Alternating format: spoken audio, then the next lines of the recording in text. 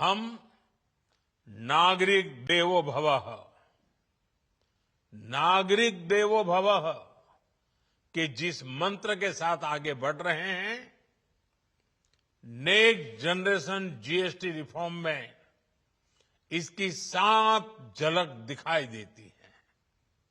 अगर हम income tax में छूट और जीएसटी में छूट को जोड़ दें तो एक साल में जो निर्णय हुए हैं उससे देश के लोगों को 2.5 लाख करोड़ रुपए से ज्यादा की बचत होगी। और तभी तो मैं कह रहा हूं ये बचत उत्सव है। इस साल सरकार ने 12 लाख रुपए तक की इनकम को टैक्स फ्री करके एक उपहार दिया। और स्वाभाविक है, जब 12 लाख रुपयों का इनकम टैक्स में राहत हो जाए तो मध्यम वर्ग के जीवन में तो कितना बड़ा बदलाव आता है, कितनी सरलता सुविधा हो जाती है। और अब गरीबों की भी बारी है, न्यू मिडिल क्लास की बारी है। अब गरीब को, न्यू मिडिल क्लास को एक तरह से डबल बोनांजा मिल रहा है। जीएसटी कम होने से अब देश के नागरिकों के लिए अपने सपने पूरे करना और आसान होगा। महंगाई दरें बढ़ जाएं तो विपक्ष को दिक्कत हो जाती है, जीएसटी दरें कम हो गई तो भी विपक्ष को दिक्कत हो रही, किस तरीके से? सुनिए। कुल मिलाकर के चीजें सस्ती होंगी। एक मोटे अनुमान के अनुसार लगभग 15 से 20% कीमतों में कमी आनी चाहिए और वो कीमतों में कमी जो है उसको सीधा उसका लाभ उपभोक्ता को मिलना चाहिए। ये प्रधानमंत्री जी ने आग्रह किया है। मैं प्रधानमंत्री जी को ये विश्वास दिलाता हूँ कि देश का व्यापारी एक एक लाभ को उपभोक्ता तक सीधे तौर पर पहुँचाएगा और ये वास्तव में नेक्स्ट जेन जीएसटी सुधार हैं। जब रिच एंड रिचेस्ट जो यूज करता है उसका प्रोडक्ट के ऊपर जीएसटी कम था, इसके खिलाफ ममता बनर्जी आवाज उठाई, फिर पूरा देश में आवाज उठा, फिर ये सेंट्रल गवर्नमेंट मजबूर होकर ये पूरा रेट चेंज किया। अभी वो उसका क्रेडिट लेने का कोशिश कर रहा है। अब शुरू क्यों किया, चेंज करना पड़ा क्यों? क्योंकि आपका टैरिफ एंटी पीपल था और ममता बनर्जी और तृणमूल कांग्रेस पॉइंट आउट करके दिखा दिया आपको चेंज करना पड़ेगा और आप लोग किया। तो इसीलिए ये चेंज जो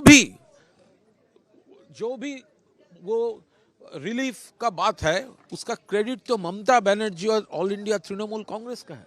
देखिए, जो जीएसटी लगी हुई थी यकीनन बहुत भारी भरकम थी। अभी उसकी स्लैब के अंदर गिरावट की है और अब उसको 28% को ख़त्म करके 5 से 18 किया है। तो बिल्कुल हम तो चाहते हैं कि आम जनता की ज़रूरत को देखते हुए और जिस प्रकार से एक महंगाई का बोझ पूरे देश के नागरिकों पर पड़ रहा था तो वो कम होना चाहिए। खैर क्या है, हम तो चाहते हैं कि और भी ला करके जो जीएसटी की स्लैब है 18% से घटा करके 12% तक पर लानी चाहिए। और जो आम जनता की जो डेली वेस्ट के प्रोडक्ट हैं, जो डेली यूज़ के हैं, उनको तो बिल्कुल मिनिमाइज ही करना चाहिए।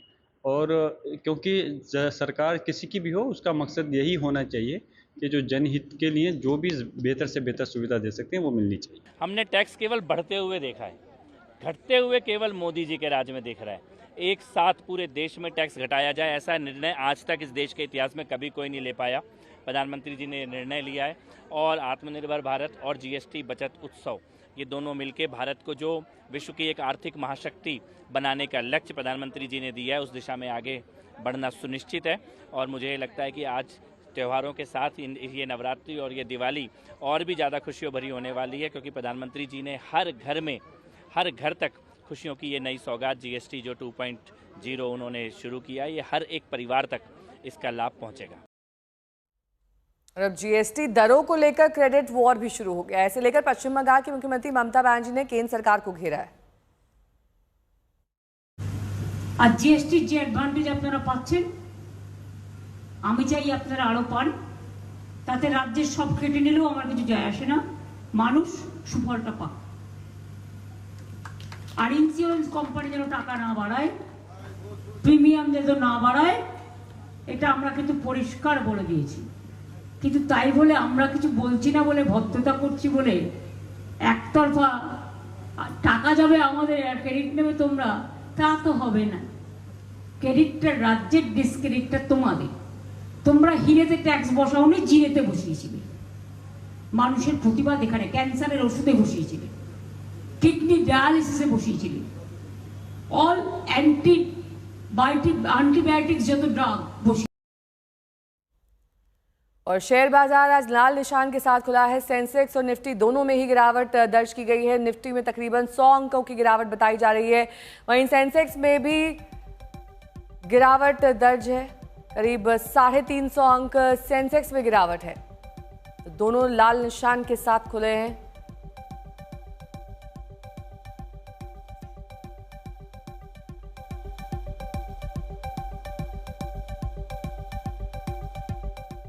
और बीजेपी आज से ही देश भर में बचत उत्सव कैंपेन शुरू कर रही है। ये 7 दिन तक चलेगा और इसके तहत बीजेपी नेता 29 सितंबर तक देश के अलग अलग हिस्सों में अलग अलग वर्ग को जीएसटी में हुए सुधार को लेकर बातचीत करेंगे।